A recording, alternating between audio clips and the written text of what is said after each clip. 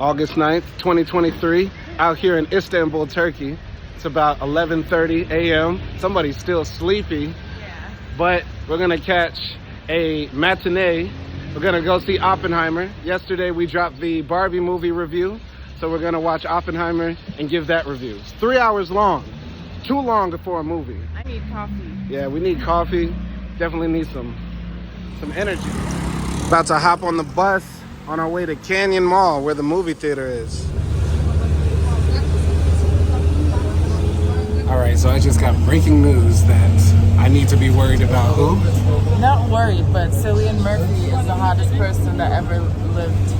Okay, and can you tell me what's hot about him? Peaky Blinders.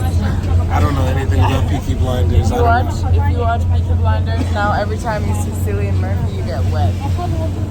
Facts. Okay, so guys, I guess I lost my girl to a British lot. Made it to Canyon Mall.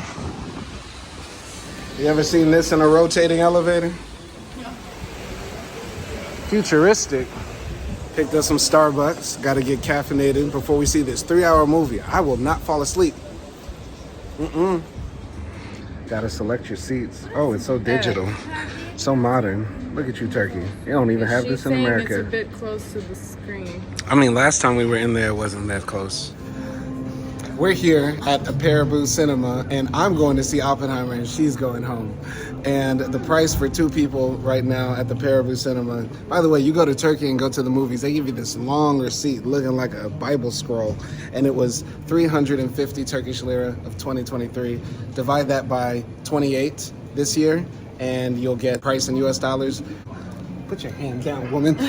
Looking forward to seeing the movie. We'll give you the review afterwards, and fuck Cillian Murphy. Wow. At the Paraboo, about to do what it do.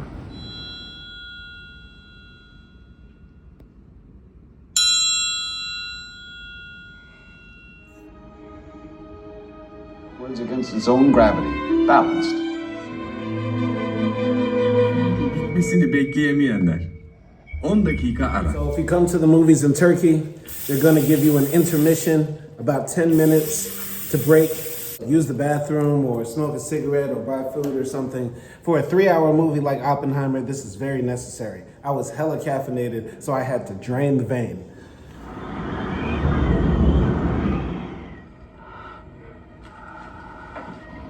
All right, so we just left Oppenheimer, and much like Barbie, I have nothing to say, because I learned as an American, I need to just shut the fuck up forever. Wow. I cannot feel good going to any movie. Wow. Did you enjoy it? Yeah, second half was definitely more like sucking you in. I like the first half better, but we'll talk about that in the review.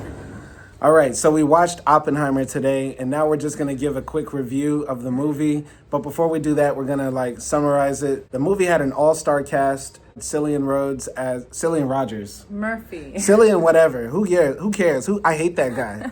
Cillian as Oppenheimer. Robert Downey Jr., Josh Hartnett. Florence Pugh as well. Florence Pugh. We don't know how to say your name, Florence. We're just going to call you Florence. Emily Blunt Shout showed out up. to the ladies. Quick summary of the first half of the movie. It opens up with Oppenheimer being interrogated for his communist ties and sympathies and that sort of thing. Then the movie sort of jumps back and forth in time, and then it goes back to Oppenheimer in his school days studying in Europe. He has beef with his professors. He's bad at doing tests and that sort of thing, and all he wants to go to is lectures. And then he meets some very prominent physicists in his field. Then he goes back to America. He brings quantum physics to the US, becomes a world-renowned physicist in that way. And then the movie continues to jump back and forth between him being interrogated and questioned about his loyalty to America, and then showing what led up to the events of him being a part of the Manhattan Project, which was to build the nuclear bomb. It also shows his infidelities that he had. Apparently physicists get a lot of pussy. They swim in pussy. He was sleeping with married women, got a married woman pregnant, and then eventually had a baby with her after she divorced her husband. but the husband was still taking care of Oppenheimer's baby. It was just a mess. He lived a really messy life. He was a womanizer. Yeah, he was a womanizer, a philanderer, and basically everybody gave Oppenheimer a lot of leeway with his crazy personal life, like being associated with communists and being an untrustworthy friend who will fuck your wife, because he was a genius. And that's basically summarizing the first half of the movie. Do you want to do the second half? Second half, they build this whole town for him to, work on the project to develop the A-bomb in New Mexico, Los Alamos. Los Alamos. Basically shows us like the things that they're doing there. At the beginning of the second half, they do a test run on the bomb. They see how incredibly destructive it can be, but of course no one dies because it's just a test run. So I guess they still don't know the reality of things. And after that point on, Oppenheimer kind of loses say in determining what's going to happen to the bomb, because the soldiers that he was working with who were funding the project basically just takes the bomb away from them. A couple of days later, they throw the bomb to Japan, to Hiroshima and Nagasaki, and they hear it on the radio. A bunch of people die, obviously. And the last 40 minutes to an hour of the movie, you see the aftermath of that bomb. A lot of people are being interrogated. He has the communist mark on him. They're basically trying to make him the bad guy, and the guy who put him to work in the States actually plots against him. He learned that towards the end. He places a bunch of people to take him down, lose his reputation, because he's trying to take revenge of some of the things Oppenheimer said about him before. I don't know how to explain the ending. Basically, in the end, the guy played by Robert Downey Jr., Louis Strauss, who I believe was a real politician, of course, back in the day, is not appointed to the cabinet position that he wanted with the president. And basically, Oppenheimer loses his security clearance, basically meaning that he can no longer work for the U.S. government. He starts advocating for the control of nuclear weapons and the maybe disarmament of nuclear weapons as well. So basically, the movie ends with Albert Einstein and Oppenheimer talking about what nuclear weapons have unleashed on the world, like the possibility for humanity to destroy itself. It leaves us, the viewer, sort of with that question as well, with the last scene showing the destruction of the planet Earth. I'll give my general overall view. As far as entertainment, I judge everything based off entertainment, and the movie was entertaining. Even though it is 3 hours, it does not feel like you're sitting through a snooze fest. It doesn't feel like you're sitting through something that's trying to keep your attention. It does capture your attention. You're captivated by the screen. All of the actors really carry it. The first half of the movie I really like more than the second half, because the first half is a lot more action, a lot more character development, a lot of build-up. And meanwhile, for me, the second half just becomes a bit more political drama. Basically, the whole second half of the movie is just the interrogation room and shots back and forth to different points of time. And a lot of old white men in suits having really smoky debates with cigarettes in their mouths and whiskey on their breath. And I want to say that Robert Downey Jr., to me, stole the show. Cillian, whatever. He's an alright actor. He's okay as an actor. I can't say anything bad about his performance. He brought Oppenheimer to life with the look and the mannerisms and the way he carried himself and that sort of thing. But Robert Downey Jr. definitely showed a whole range of emotions. I've never seen Robert so good in a movie, honestly. This is probably one of the best roles he's ever done. Because the movie is biographical, you already know how it ends. And because this is such a famous person in history who had such a lasting impact, the father of nuclear weapons, questions that you ask yourself already about nuclear weapons, you probably just will still ask the same questions to yourself. There are people who are pro-nuclear weapons, pro-usage of them. I just have to say that I'm for disarmament. I don't believe that they serve a greater good at making a safer world, because eventually we know, hopefully not in our lifetimes and not in yours either, they will be used again. As long as these weapons exist, they will be used again. I think, and this is just my opinion, the ability to create nuclear weapons rather than having nuclear weapons in itself is a strong enough deterrent. America doesn't have to have 1,000 nuclear weapons, and Russia doesn't need to have 2,000 to stop a war. Just the ability to create them is enough. We do not need to have them ready on hand. You know, unlike a fiction movie like Barbie, and I'm not going to compare the movie to Barbie, but in this biographical movie about a man who's known for one sole thing, I think there's not much more of a theme you can come from it than just what does it mean to be in service to your country, to be loyal to your country? Should genius be used in the furtherance of war? And should weapons of mass destruction ever be created, or should they ever be in the hands of anybody? I think these are the only major themes you can get from the movie, and the movie does a good job on sort of leaving it ambivalent as to where the director is. Okay. Well, so what was your score? Overall score is a 9. Lately, Nolan has been doing some films that I didn't find very good. I didn't find Dunkirk interesting. I tried to watch it and fell asleep.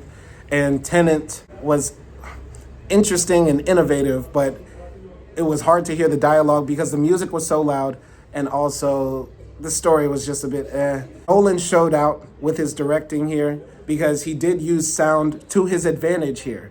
And he also used dialogue to his advantage here to further his story. And I love dialogue in movies, and I love good music in movies. And I just feel like maybe Nolan got some help to pull back on his strengths, because he can sometimes turn the music up too loud or make the dialogue too much, like Simon is right now when he's just talking. The cast was great. I love Cillian Murphy. I think he was great. He had a good American accent. I'll disagree on you with this. I think the second half of the movie was better for me because I was seeing things getting tied up.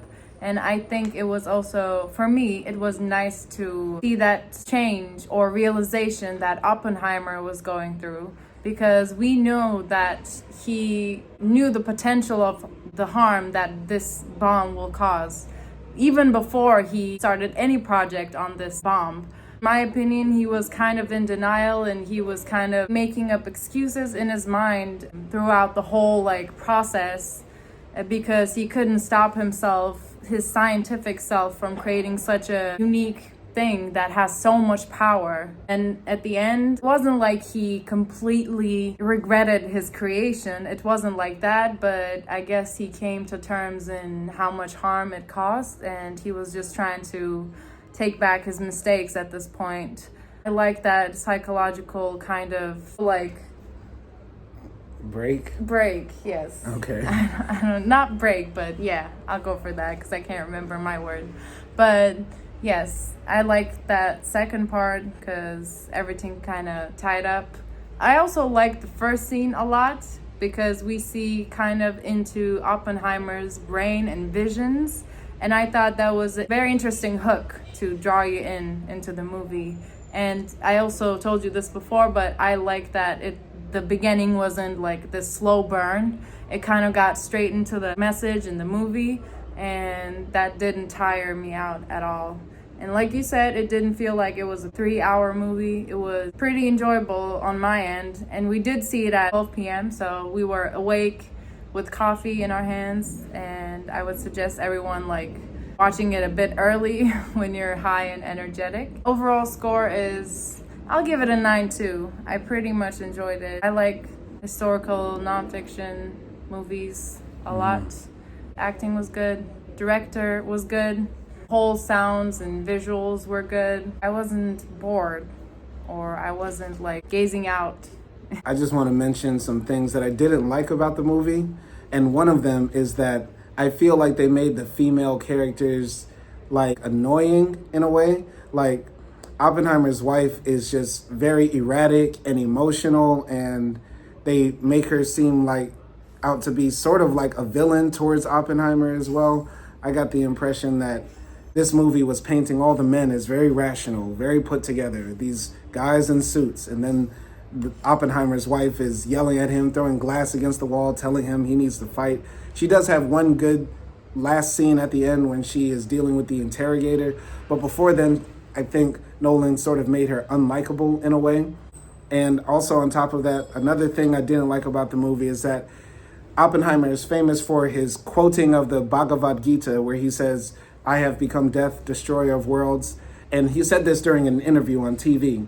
But the 2 times they brought it up in a movie, I don't know why you would bring up this famous quote. Because when we watch the Oppenheimer movie, we're expecting 2 things: the big bomb, and then when he says the quote, and then that's it. But you decide, Nolan, to put the famous quote in a sex scene. I believe the other scene was when the bomb blows up. The bomb blowing up, I can understand, but he's getting some pussy and he's quoting from the Bhagavad Gita. I mean, last time I checked, the book to make girls drop the panties, written in Sanskrit, is the Kama Sutra. I don't think the Bhagavad Gita gets them wet, but I'll digress. It's skipping my mind right now, but maybe it'll come back. Oh, I remember now. The third thing I didn't like is that after the bomb drops in Hiroshima and they're talking about the consequences of the bomb, there's a scene where presumably they're showing projections and images of the bomb site, and these images are easy to find on Google, right? You can Google Hiroshima bomb site and see people with skin falling off, children, missing limbs and destroyed buildings. And I feel like the movie was holding back on showing the true damage that is caused by nuclear weapons. And if we're going to really have a serious talk about nuclear weapons, we can't just talk about drawing it on a map and saying, the blast radius will be 500,000 kilometers. Show it. Show people really being hurt by these things to drive that point home so people can get both sides. Because right now the movie makes it seem like nuclear weapons are this theoretical danger, but it's a real thing that we all live under. And those are my 3 complaints about the movie. Do you have anything you didn't like? I mean, there wasn't a lot of character development when you look at the woman, like the love interest, the character that Florence Pugh played, the mistress. Obviously, she was a symbol of maybe all the communist desires Oppenheimer had, but never really acted on it because he loved his country, and also it affected his work. Because if you remember, like at the beginning of his research, he tried to create a political environment in class, and that his friend, who was also a researcher, had a talk with him and said, like, if you keep on doing this, you're not going to have your project. So then he kind of pulled back. So maybe she was like there as that type of symbol, the attraction to communism, because I think Oppenheimer did have fairly like leftist ideas. Yeah, he was indecisive about like doing that. And obviously his wife, later after he had the baby, she was a biologist who turned into a housewife, in her own words. And then she divorces his ex-husband and marries Oppenheimer, has his baby, and she still is a housewife. And I feel like maybe with Oppenheimer doing so many major things, she was feeling like she was not important. And she obviously had like postpartum depression, where Oppenheimer took the baby and, took them to his friend and to his friend's wife and asked them to take care of the baby and stuff like that. And I don't think she ever really got through that depression. And that's why like her manners were so dislikable, because she was going through shit. Overall, she stayed like loyal to Oppenheimer, and you can see that towards the end. Oppenheimer kind of accepted her as she was, like saw her less like a lover or like a love interest and more like a companion and just someone to keep her grounded, basically. I don't know. It felt like to me Oppenheimer kind of got together with her because she was a housewife who was a smart lady. I don't know. Maybe it tells us the reality of the relationships back then. I think if she did have postpartum depression, which actually would be interesting if it was in the movie. The thing is, like, there's a 3-hour movie. I feel like they could have added in more space to develop the female characters. All the guys got fleshed out, but the female characters are left either being the Madonna or the whore, right? And that's it. I'll ask you your favorite scene. My favorite scene was when Oppenheimer's giving his speech after the bomb drops and he has to stand in front of the people and say all these platitudes like, I wish we could do it again to the Japanese, or I wish we could do it to the Germans. And he feels so empty doing that. They did a really good job of showing the conflict of being like this figurehead for this war while having a conscience. And I would hope a lot of politicians have that, a lot of powerful people have that. But it was good to see that Nolan was able to show that he didn't really buy into all the war propaganda BS. And all the people around him are just so hyped up on it. But that was a good scene. I really liked that scene. My favorites, like I said, the first scene, I liked it a lot. And it was like, after the movie was finished, I understood that it was like a foreshadowing, because at the end we learned that from the beginning, Oppenheimer knew the consequences of his project and of his science. So, you know, in the beginning, Nolan kind of told us that, but we didn't realize it. We learned that at the end of the movie, basically. I mean, we can always feel it during the movie. Like, he's always going back and forth in his mind, and he's always, you know, thinking about it. Like your favorite scene, he's having visions of guilt. We learned that he knew everything clear, loud and clear, but he still decided to go through with it because God knows why. That's why I like the first opening scenes where he's seeing visions, explosions, you know, he's getting inspired by fire, crashing glasses. That was one of my favorite scenes. Did the movie make you feel any different about nuclear weapons? No. I mean, I'm always against nuclear weapons, always against any type of weapons and against any type of war. It just made me think of different questions because, like, I think this was an excuse from Oppenheimer, but he said that maybe if people see how destructive this weapon is, then there will be no wars. This is what he says in the beginning of the movie, and then towards the end of the movie when he's being interrogated, he says, I stopped supporting the bomb when I realized that anyone who has a weapon will use it as long as they have it. Like, that was an interesting question that popped in my mind. Like, why do humans still desire this thing even though we saw that it was like crazy destructive, you know, killed millions of people?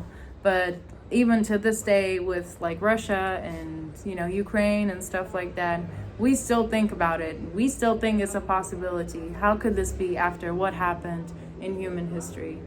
And that was just a question that popped into my mind when I was watching those parts of the movie. I just thought, you're naive to think that that would actually have an effect on the people who control us, like the presidents and governments and stuff like that. A lot of people might feel sympathy for Oppenheimer because of how the movie portrays his post-bomb guilt. I don't really feel that, and that's not me attacking Oppenheimer, but I just think whatever you do in life, you have to take full responsibility for it, for all the consequences.